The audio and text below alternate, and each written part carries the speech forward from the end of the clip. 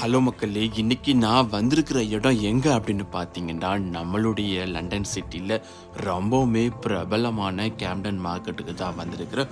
இந்த Camden market 1974 துவக்கப்பட்டிருக்கிறாங்க.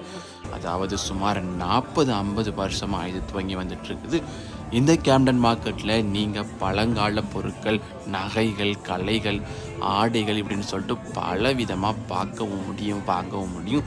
நானுமே இன்றைக்கி இங்கே முதல் தடவையாக தான் வர்றேன்.